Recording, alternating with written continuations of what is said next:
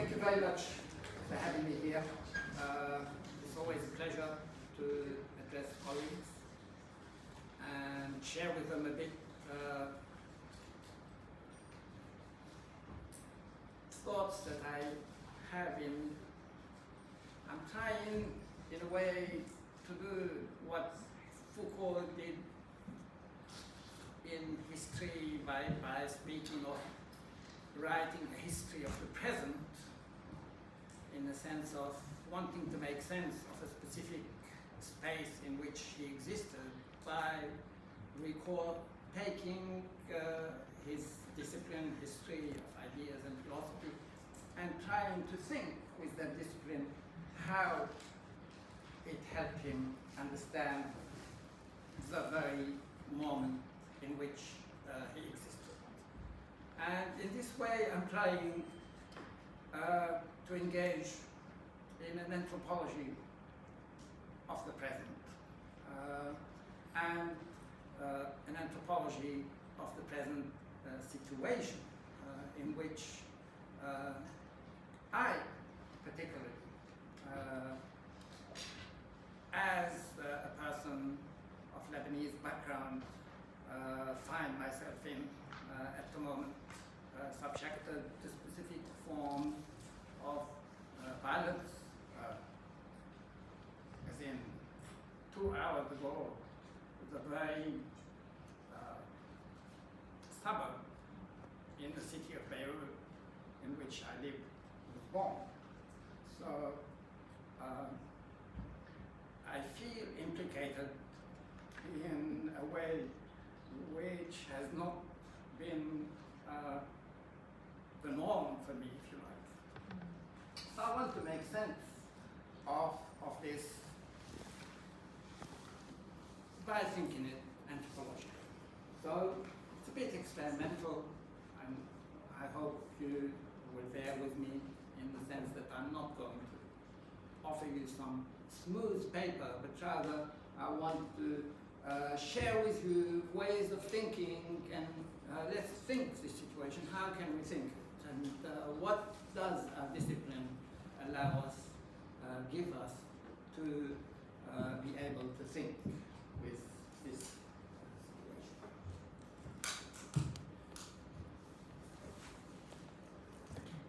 The key question for me is, what is this phenomenon called Israel today? How this cultural, national space engaging in the kind of violence it is engaging in, even if you are someone who would like to think that this is legitimate violence, sort of like a right to defend itself, yourself. I don't want to engage in those political chit-chats, whatever you like to think of it, but it is pretty bloody violent, regardless of how you want to interpret that violence. And the idea of a nation state engaging in this, what I experience as a horrendous type of violence, like I've never witnessed in my lifetime, in terms of its capacity to kill children, etc., and not just warriors. And so I want to ask this question then. What is this phenomenon? It's not a question that I've just started thinking about. In fact, some of the answers, as you will see, were part of my PhD thesis 40 years ago. I'm already throwing at you how old I am. Yeah, so first thing I want to sort of like highlight that comes to me very strongly is that Israel today leads a type of Jewish existence in the world Jewish existence in the world, which is very different from the dominant form and Jewish insertion in Western civilization. That is very different from the Jewish insertion in Western civilization that we saw that was dominant, if you like, because obviously there are a multiplicity of Jewish insertion in Western civilization. But the dominant form that comes to our mind, that comes to my mind certainly, of Jewish insertion in Western civilization is what I inherited as an anthropologist and as an intellectual. That is, Jews were inserted in Western civilization as leaders of cosmopolitanism. They were part of cosmopolitan culture. More than half of the intellectuals I have inherited have Jewish background. So many Jewish thinkers, Jewish anthropologists have helped us think through all kinds of cosmopolitan global issues they share with us. So this is what I call a sort of like,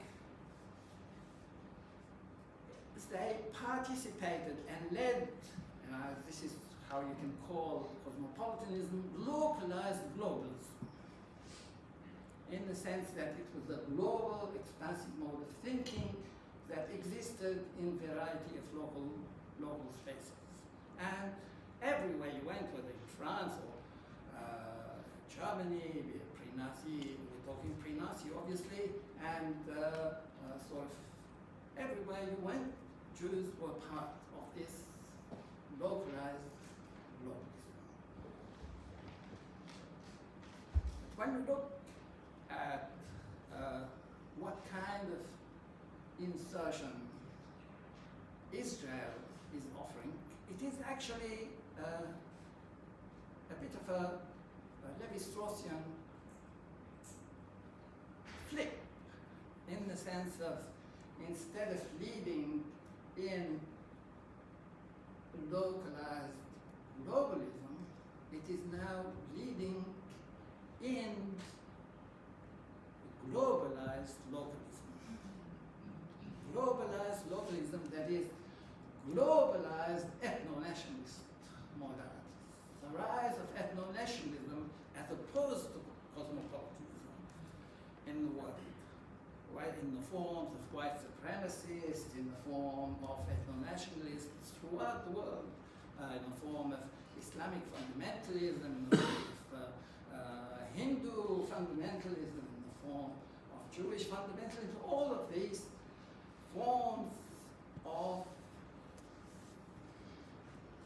what we call them in the sense that these are they kind of capture the belief that there is an essence of the self which is Muslim or Jewish or Hindu, and this self needs a space to realize it.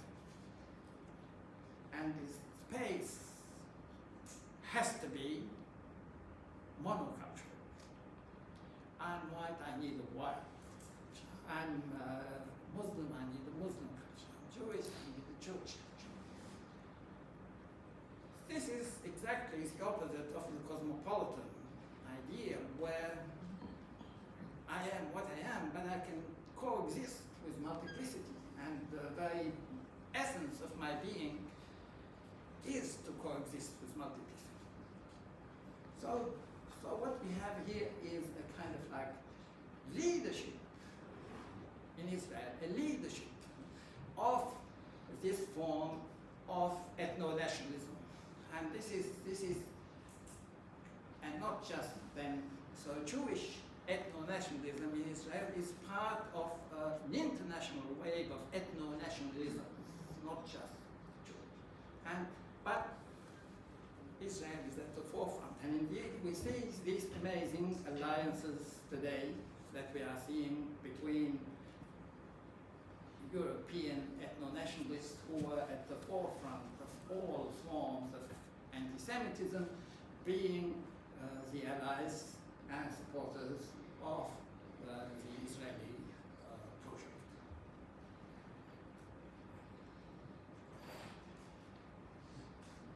The second thing that draws my attention about Israel that I want to share with you is the fact that it argues its insertion in Western civilization functionally. That is, it says that it performs a function for a civilizational and a geopolitical function. It says we, even in the beginning of this current war, you hear Israeli leaders saying, we are doing the West a favor. We are fighting a fight for the West. This is not new, by the way. This is not new at all. In fact, this is something I treated in my PhD. I argued that because my PhD was on Lebanese Christians, and I argued that in fact Lebanese Christians and Zionists and white South Africans shared a mythos of thinking of themselves as Westerns, surrounded by barbarians, and doing the West a favor by being at the forefront of the battle. And also, they all shared, and I'm talking about when I was doing that work in the 80s, not now, obviously, although there are still shades, but about white South Africans or Lebanese Christians, they all believed in this sense of we have to engage in really nasty violence because we are at the forefront. We have to do some really serious violence to protect the West. But those ungrateful Westerners don't understand our situation. They're happily sitting there, not having to do the kind of violence we have to do, benefiting from the violence we have to do, but they don't understand that this violence is what you have to do when you are at the forefront. So this was shared by all. Now, this violence, I would say, has gone overdrive today.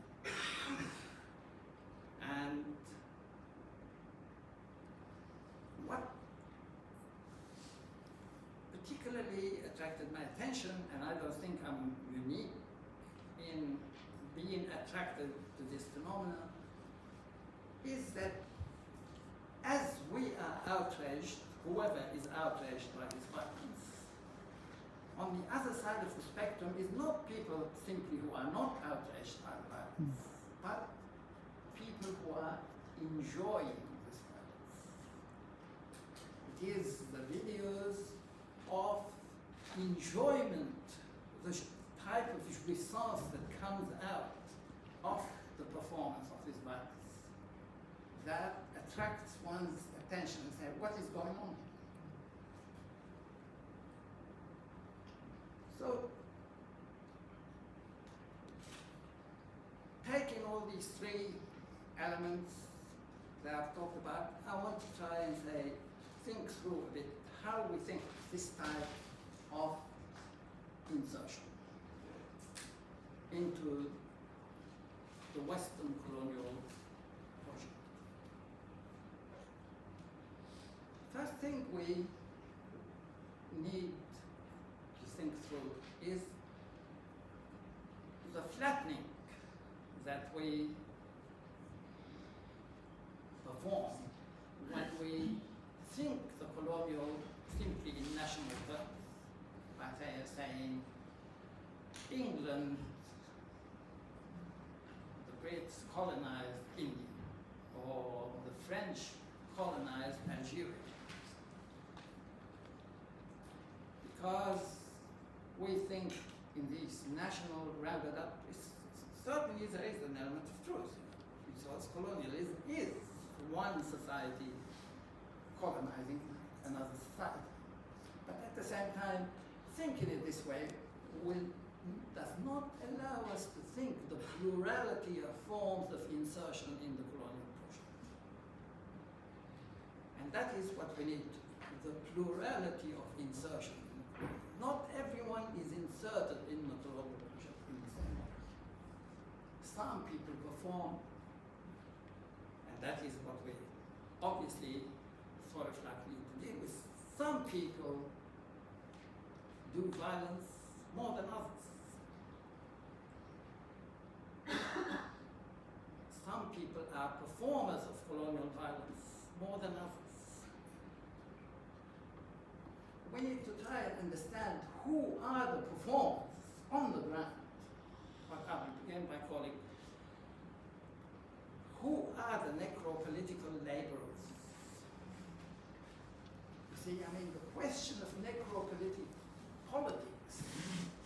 I should remember, analyze necropolitics and the way colonial culture is imbued with a culture of death and the management and government of death and government. But I like to take his work and push it to ask the question, yes, but who performs the labor? Who performs the necropolitical labor? It's no good just saying, sort of like, the English are performing are engaging in necropolitical. Who does it?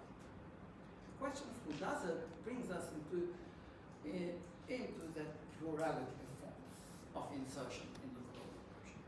Because some people are necropolitical laborers, and some people benefit from the necropolitical labor.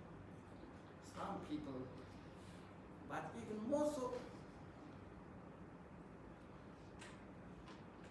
there's a long history of those benefiting from necropolitical labor, colonial labor, putting down those who perform necropolitical labor inside the colonial project. We are talking about Australia, right? We don't have to go very far to know how there are certain, and you can go on the website today. It's not a dying cultural form. British people thinking of themselves as more refined than the Australian colonists. The Australian colonists who do the ugly colonial labor, and then the race benefits from the colonial labor, but on top of that, on top of the surplus, called necropolitical surplus, they also think that gives them a certain sense of moral superiority to come and actually pontificate about how to deal with indigenous people, and it's a shame how Australia treats its indigenous population, and sort of like, so this is one example, but the French done it to the French Algerians who have colonized Algeria, etc. There's this mode of distancing between the actual people who do the dirty job of colonizing and those who benefit from the colonial project.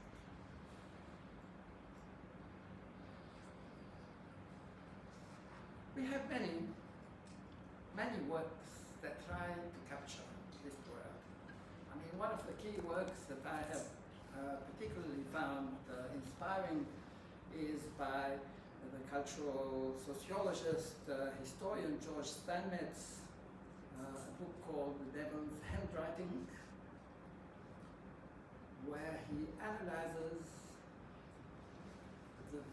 what he calls the German colonial field of power. The book is about German colonialism around the world, comparing a number of places, comparing German colonial policy in a number of places, but what's amazing about Steinmetz's work is that he shows how, for instance, the difference between the German inheritors of militarist traditions and the Germans who are inheritors of German ethnographic writing. Both of them were part of the colonial administration, and they were all machinating, trying to dominate the colonial field. So the ideas that you get from his work, and he uses Pierre Bourdieu's notion of field of power, is that colonialism is a field of power, and there are different forces within this field of power with different capital. Some have militarist capital, some have cultural capital in the form of ethnographic knowledge. All of them are competing within the colonial process. And Steinmetz shows, especially during the German massacre of the Herreros, that far from it being, as some like to simplistically think it as some German characteristic to be really violent and nasty, he shows that in fact the violence and the massacre of the Herreros was part of a politics where the militarist tradition of colonialists was trying to tell the spunky cosmopolitans, this is how you do colonialism. And this is, so it was a kind of like, the point is that to understand the colonial project, you have to not just understand it as some homogeneous colonial thing. You have to see it as competing forces within the colonial space. And that's where the question of the division between those who perform the colonial necropolitical labor, and I'm switching between necropolitical and necrophilic labor because of that enjoyment that I've spoken of. Everywhere where you see this kind of violence, it's not just people perform this violence, but you see a horrendous thing about the enjoyment of the violence. And that enjoyment has to be understood through a very particular and fine analysis of types of racism. Because not all colonialists who engage in violence against racialized people enjoy the violence. You have to try phenomenologically to capture how can someone perform violence against a racialized other and derive enjoyment from it. And this takes us into a domain which has not been explored very much, which is what does it mean when the racialized other is not just inferior or someone to be exploited, but is an enemy. Understanding enmity as a cultural form becomes very important. What does it mean to kill the enemy racialized other, not anyone else? And what kind of cultural and emotional luggage is packed up in the notion of killing an enemy other? Someone whose very being is a threat to my being. So this kind of literature, to me, that pluralizes and helps us understand plurality of forms of insertion is very important for us today. And we have the ethnographic means of and tradition to develop it more than we have so far. That's one thing that I want.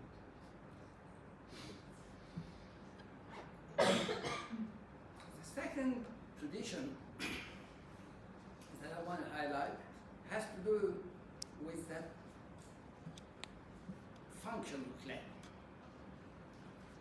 claim that we are performing, we belong to Western civilization because we are performing a function. Notice that you could say, as an outsider, that the German, the Jewish cosmopolitans, intellectuals perform a function for Western civilization by writing so many great books that we end up reading. But they never claimed their belonging in functional terms. They just did it. What is quite interesting is that the form of globalized localism, globalized ethno-nationalism that I'm talking about that exists in Israel, it legitimizes itself in functional terms. It says, we're performing a function for you. We're doing this job for you.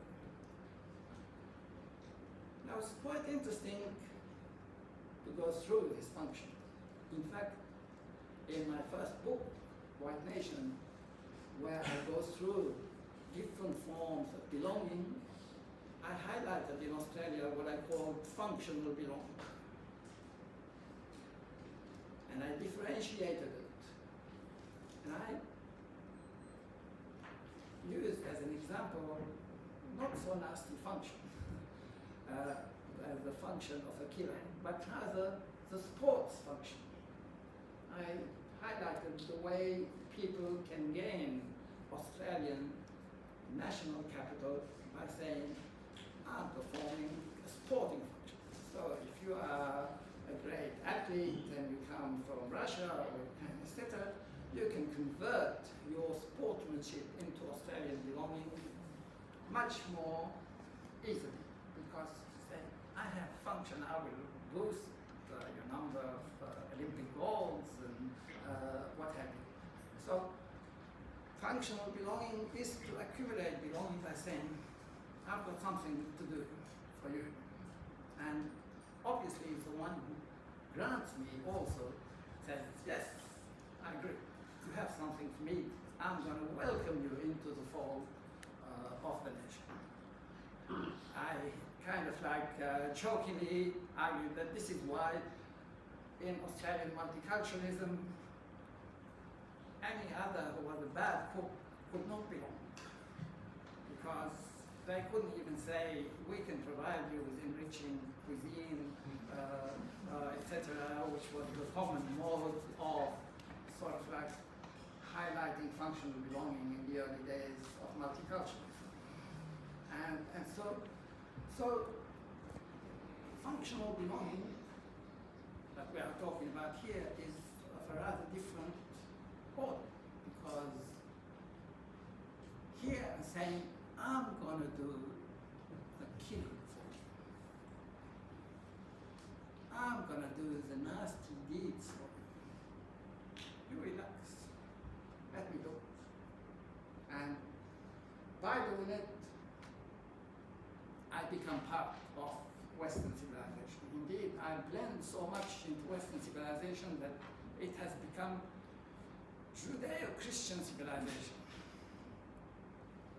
So it's an invitation to unpack this Judeo-Christian. Is it really as smooth as it sounds today? When the Judeo is a function for the Christian. So, what is the function? The function is supposed to perform violence, geopolitical violence, but there's something else about that violent function which is particularly important for us as anthropologists, which is that of absorbing the pollution that comes with it. If there is one thing we anthropologists know, it is that it's quasi-universal killing is polluting. So many anthropologists work from basic, like Turner, sort of like Maurice Bloch on warfare and pollution and cleaning ritual, Mick on cleaning ritual of violence. As I can go on forever about the number of anthropologists who have worked on cleansing rituals, on the relation between killing and pollution. So the killer is someone that absorbs a certain pollution.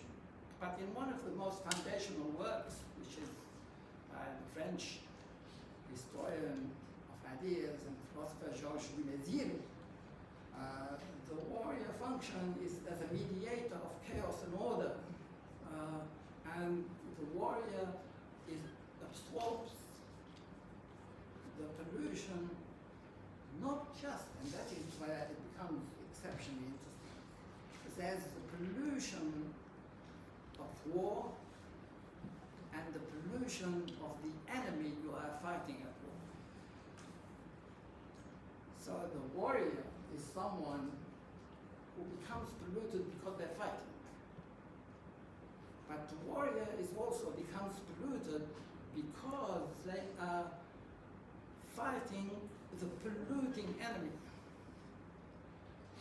It is the point of contact with the polluting enemy. And it is the seat of pollution because war and killing are polluting. And that is what most of the sort of like, whether we're talking about Zulu cleaning ritual, whether we're talking with the various sort of like works on cleaning rituals in the Amazon, that has been, all of them have to do with this question of the fact that you cannot fight and go back into the home. You cannot fight and just go. Even in ancient civilization, in Japanese ancient civilization, the warring coat that you are wearing, you have to take it off, leave it outside the house. Even if you have just saved the house, and the house would not exist if it wasn't for you. You still think you've done us a great deal, but you're polluted. You have to leave something, clean yourself, etc. So the function of receiving, of engaging in the need of violence and absorbing the pollution is now, you might think that I'm talking about something original, but in fact, it is the whole history of mercenary communities that we are talking about. It is throughout the history of empires and throughout the history of colonialism, we have a whole series of examples of already racialized people. That is, people already thought of as polluted by the dominant culture, who are integrated into the dominant culture by allowing them to perform the function of doing the killing and getting polluted for the dominant. Whether we are talking about pre-capitalist empires, the Nubians for the Egyptians, whether we are talking about sort of like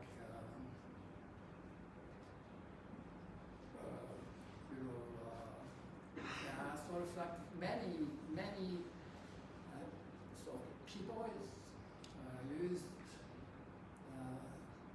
by the Brits, India, the tirailleurs, Senegalese, by the French, Senegalese fighters, all are racialized people, racialized groups that the colonialists say,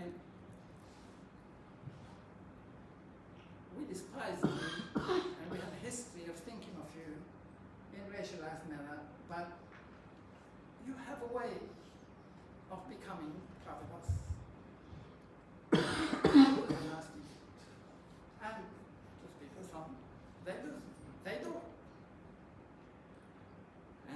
So it's a long history. The examples about that I don't have time. I actually don't know what time I have. So. We have another half an hour until we finish on time. Yeah, if you wanted to speak for another 15, then we can have some questions. That's fine.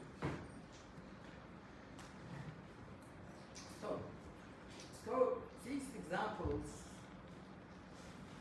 of communities that perform the necropolitical labor and benefit some sort of insertion into the community, and then, well, the question is, and then what?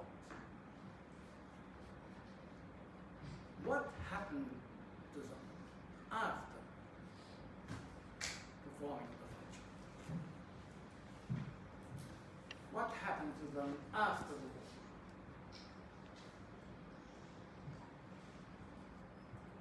You can think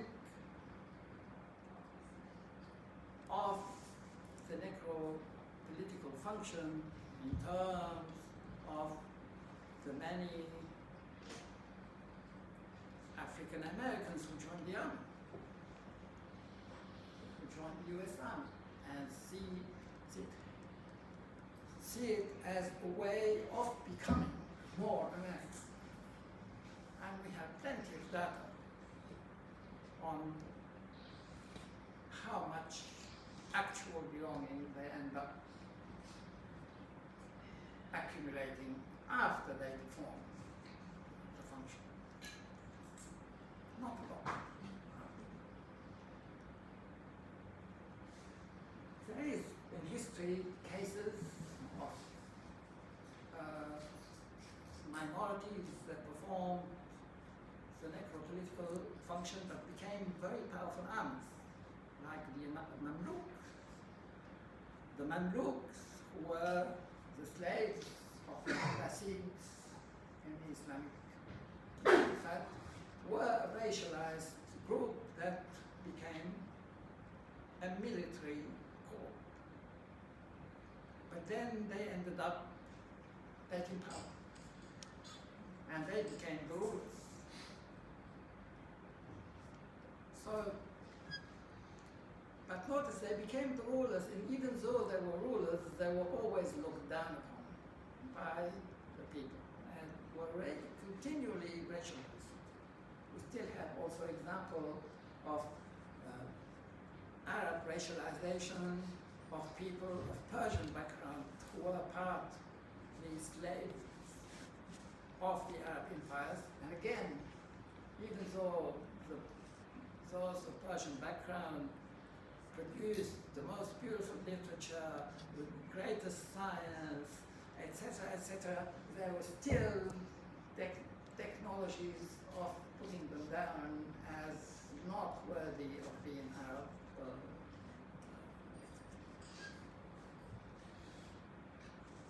I don't know if any of you know this wonderful little book by Cassandra Pybus, which called The Black Founders. I nearly forgot. Does anyone know that book?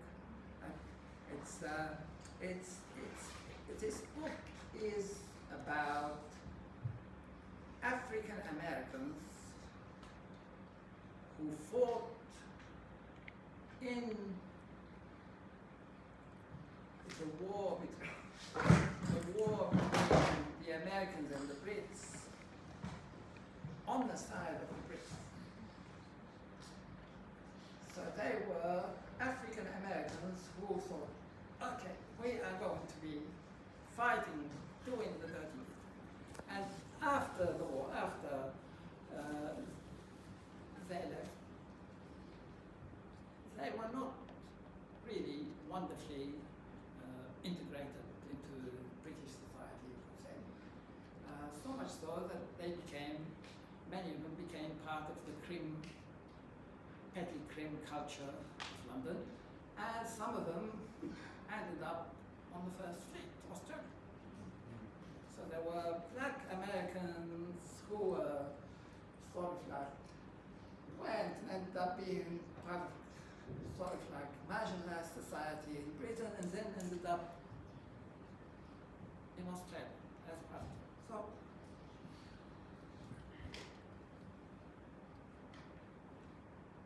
another example, more just to highlight it, because it's not a communal example, but a personal example. I don't know if any of you remember the name George Zimmerman. But George Zimmerman was a person of Latino background, marginalized background, that is, within the US, but who gained belonging through performing a vigilante function. He was the murderer of the African American Trayvon Davis, who was having a jog down the street, and George Zimmerman killed him because so.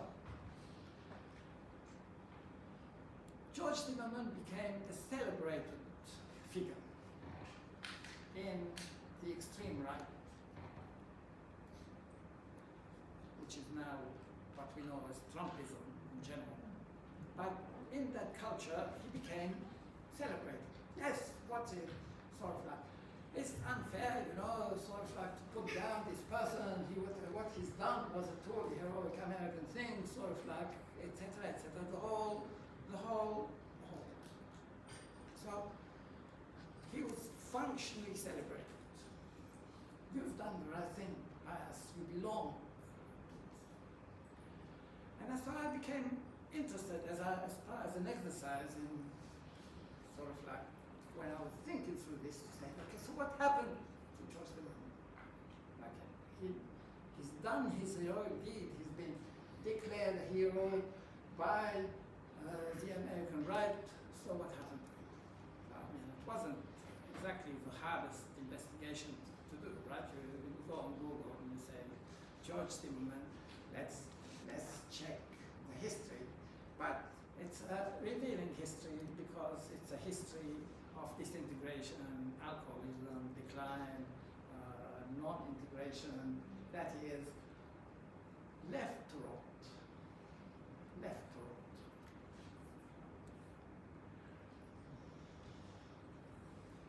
So where am I taking you with all this? I'm taking you somewhat very personal, actually. I'm taking you to the point where we have to say, well, is Israel an example of these communities? That is, a community of people who have a long history of being subjected to racism, but then who is turned into a community which is doing a function for Western civilization and engaging in dirty deeds for Western civilization and absorbing the pollution that comes with it. It's a very interesting debate, you see, because many people try to think Israeli-Western relation through still anti-Semitic imaginaries of Jewish control, the Jewish lobby and what have you, and the idea that Israel is actually yet another Western colony, and that it could have a unique status, could be a Mamluk mode of existence, I don't know, but still the idea is that it is just a Western colony performing a geopolitical function. It's just like, how can you think Hamas resistance today without thinking Iranian geopolitics? I mean, all the notions of resistance, heroic resistance, and colonialism is today polluted by geopolitics. We don't have any more. It could be successful resistance because the Iranians want this geopolitical move or this geopolitical move. So this is very complicated in the era where we have a kind of like the tyranny of geopolitical logic over everything. To try and think of resistance or try and think of nation building, which is not already geopolitically articulated to a colonial or an anti-colonial.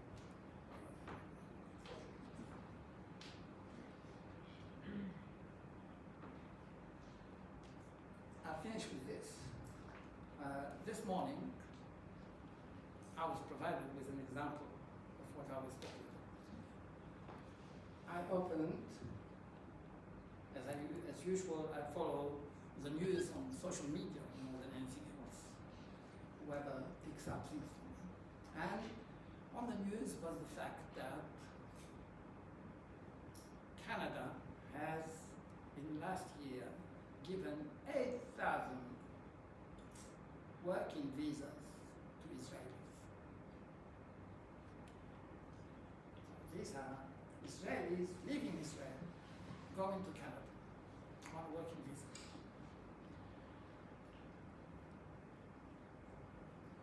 I started reading the commentary below.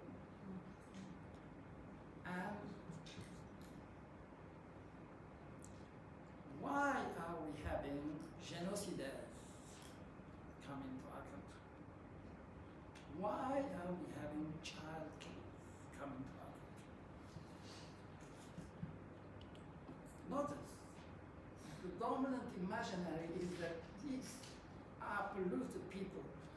They are essentially murderers and children killers. This is now the stereotype. What we are having is a kind of revival of anti-Semitism happening through the process of performing that function. I hear people say, you know, I'm usually okay. I've had people I know, I'm usually okay, but frankly, I cannot sit with an Israeli at the table alone. I can understand this. I can understand it.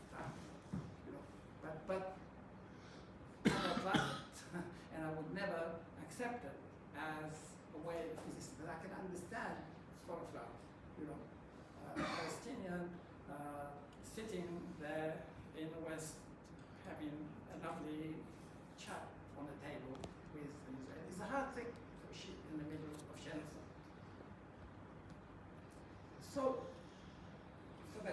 But what seems to me the worst part is that as this process is happening today, and this is where it gets personal, actual anti-Semitic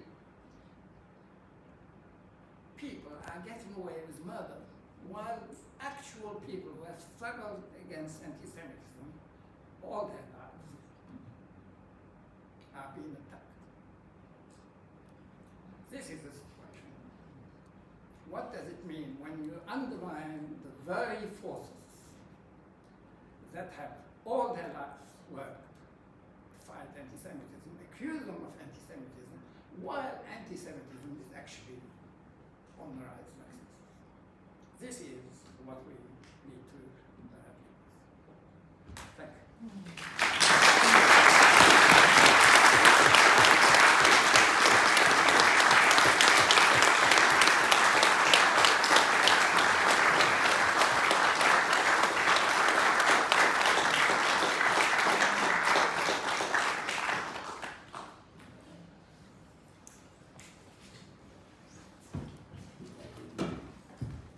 Yes, definitely. We can definitely take some questions. Again, Katya, thank you so much for that. And there's so much thinking in my brain, but there's a lot of parallels that happened during the American war against the Nez Perce with that same kind of necropolitical labor that's being done. So this is a really good thing to think through. So I appreciate that, and yeah, all the insight. Tim's actually going to moderate the questions, and we might have to repeat them so that the online crowd can get them, because I don't think we have a roving mic.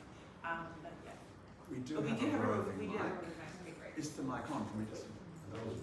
Yep. Yes. Yes, sorry, but some of you might know I'm hearing impaired, and there might be an issue of hearing. I don't know if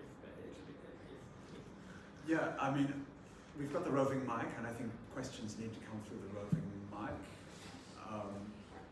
Yeah, so... yes, or people can come. Or people could come to the front and ask questions, would actually be even easier for the online. It's a bit of a hassle to move around, but I think that would actually be preferable. We're basically trying as hard as possible to make sure you don't have a glitch.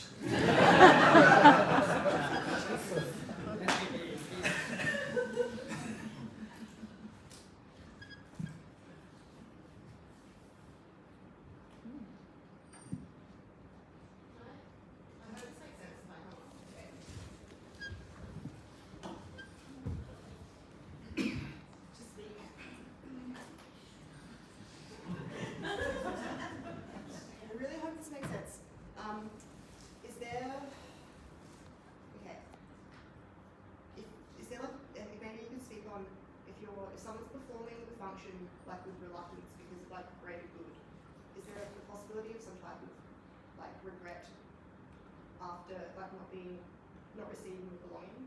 Does that make sense at all?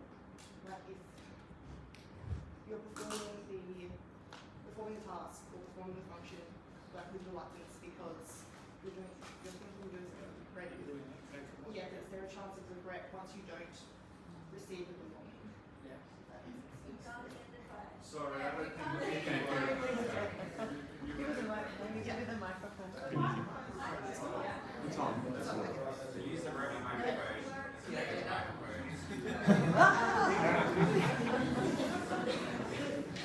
Okay, alright.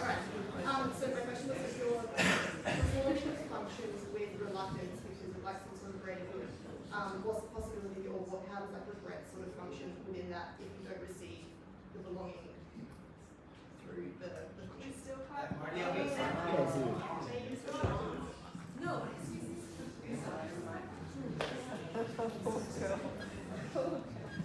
okay. Is that better? Yes. Okay. My question sort of is if you're performing the function with reluctance because of like some idea of greater good, what's the possibility or what is the role that regret could play in that if you don't receive belonging through performing the function?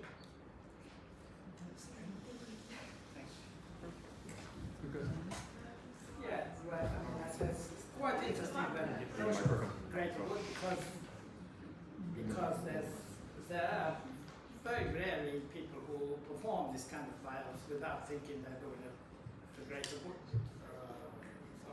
Not many who will end up saying, I'm doing it just to be nasty, kind of. I came across very strongly in my ethnography with Lebanese Christian fighters, people who, after the war, were talking to me and they felt they were used. And they said, literally, they said, you know, I thought I was fighting for the Christians, but it turned out I was fighting for Christian ruling class. So this was transformed into some kind of class consciousness among the people, saying, you know, they seem to have preserved their power, and I've done all the fighting, and now I've got nothing. So there is this element, but at the same time, it's very hard to know because war create their own cultures sometimes, and not only their own cultures but their own economics, and you get a lot of people fighting for a greater good, but they end up involved in smuggling and etc., and they develop some economic interest out of a war economy, and then they forget about the greater good and become much more enjoying the greater economic capital they have received as a result of this. So there are multiplicities, but definitely in that sense, I've come across a number of them.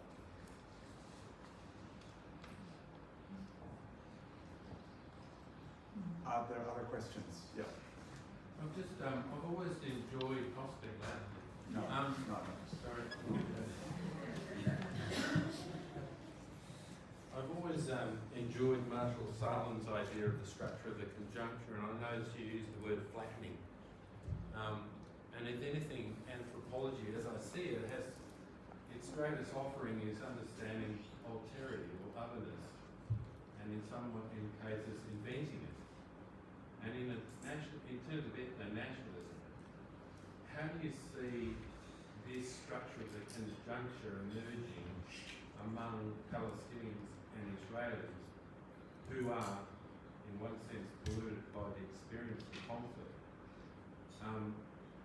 having a voice and speaking to a community, a global community, that understands what the resolution of the conflict might be in a human sense, in terms of shared understanding.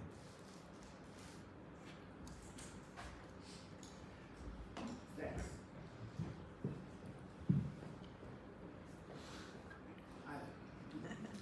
I mean, it's quite interesting because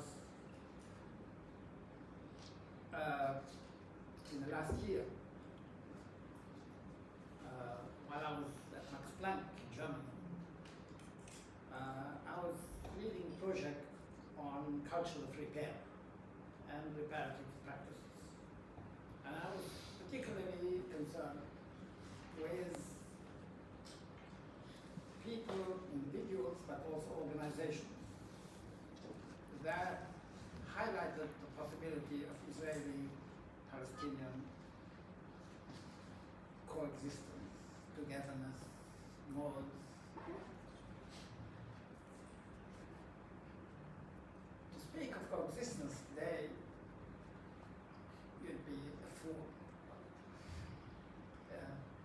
And I actually was asked this question recently, and I said that coexistence has become like Derrida's unconditional gift, in the sense that on one hand it's impossible, on the other you cannot but have it as a horizon of all critique, because otherwise you would be, because if you don't engage in your critique with coexistence as your horizon, you would be complicit with the very ethno-nationalism that you are.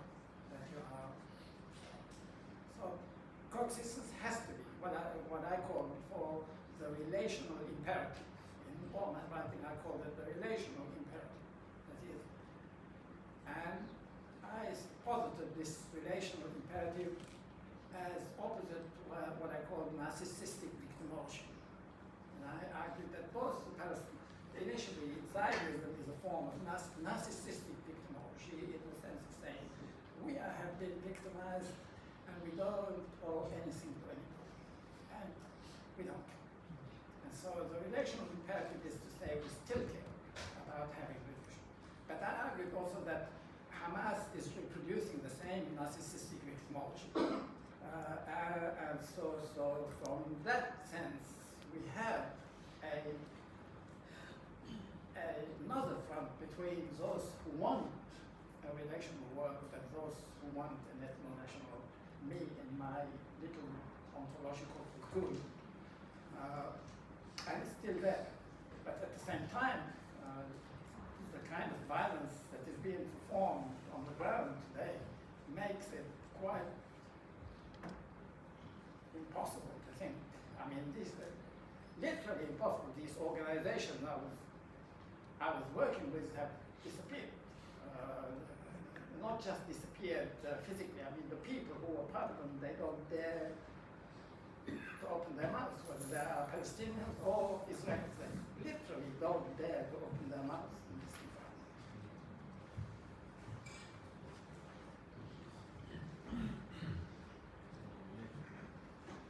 Are there any more questions back here?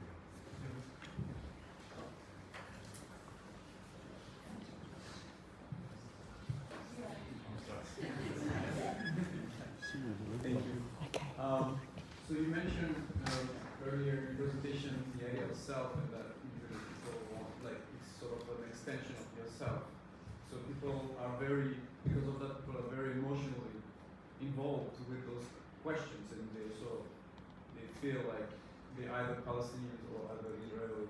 So it's a very one-sided and emotional, and I feel like all the time, and sometimes happens to me too, that people cannot think about these things like rationally because of this overflow of emotions. So do you think there's a way, I mean, do you think that something happens, that this happens, this over emotion, and that people are tempted to think in black and white, and do you think there's a solution, and what do you think people should distantiate themselves from these emotions? Contenir leurs émotions, d'une certaine façon, pensez que c'est, what do you think? I mean, I don't know if it makes sense, maybe my question doesn't make sense. I wait for the microphone. I got it.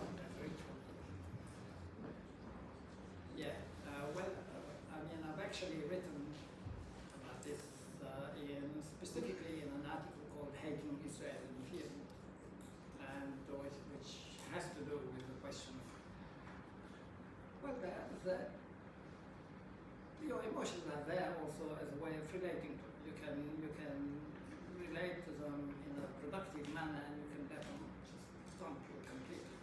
But I would definitely not be someone who wants to say that emotions are in the way of you. I mean, not having emotions is an emotion, and that would be itself maybe not such a wonderful thing in the sense of, well, I find it very hard to kind of like accept that not being emotional in the face of genocide is something positive.